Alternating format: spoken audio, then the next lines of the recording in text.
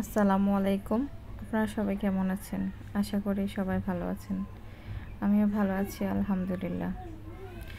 আজকে দুপুরবেলা একটু শাক ভাজি করব, সেজন্য শাকগুলো ভালো করে পরিষ্কার করে ধুয়ে নিচ্ছি।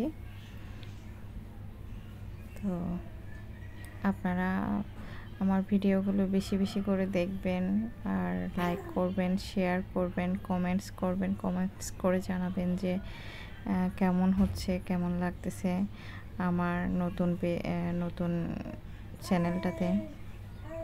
তো আমি হচ্ছে যে শাক ভাজি করে যে রসুন আর একটু শুকনো মরিচ দিয়ে ভাজি করব, কারণ আমি পেঁয়াজটা খুব কমই ইউজ করি শাক ভাজিতে, সেজন্য।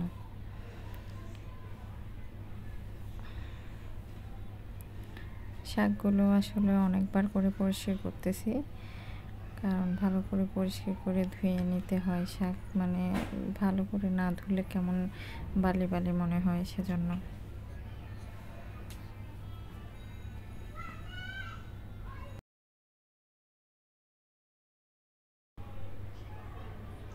একটু শুকনো মরিচগুলো ধুয়ে নিচ্ছি, কারণ অনেক সময় শুকনো মরিচে বালি টালি লেগে থাকে।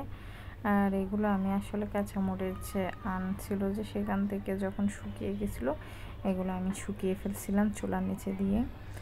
তো এখন হালকা করে তেল দিব, বেশি তেলও ইউজ করব না, কারণ আমি একটু ডায়েটও করতেছি, যার কারণে বেশি তেল ইউজ করা পসিবল না। তো শাকগুলোকে একটু ভালো করে ভেজে নিব।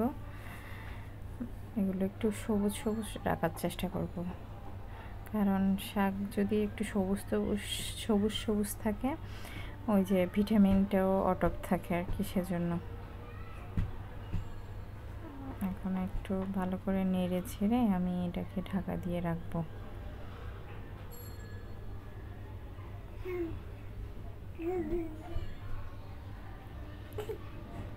তো আপনারা সবাই আমাকে লাইক করবেন, শেয়ার করবেন, একটু কমেন্টস করে জানাবেন। হালকা একটু পানি দিয়ে নিলাম, তারপর আবার ঢাকাটা খুলে ইয়ে করে নিচ্ছি। এখন আমার লবণ দেওয়ার জন্য আসলে মনেই ছিল না, পরে মনে যখন পড়লো লবণটা দিয়ে দিলাম আর কি। তো এখন শাকটা ভাজি হয়ে গেল, এখন দুপুরের ভাত খাওয়ার পালা। এখন ভাত খাবো। আমি একটু নিছি, লেবু নিছি, তারপর কাঁচামরিচ নিছি।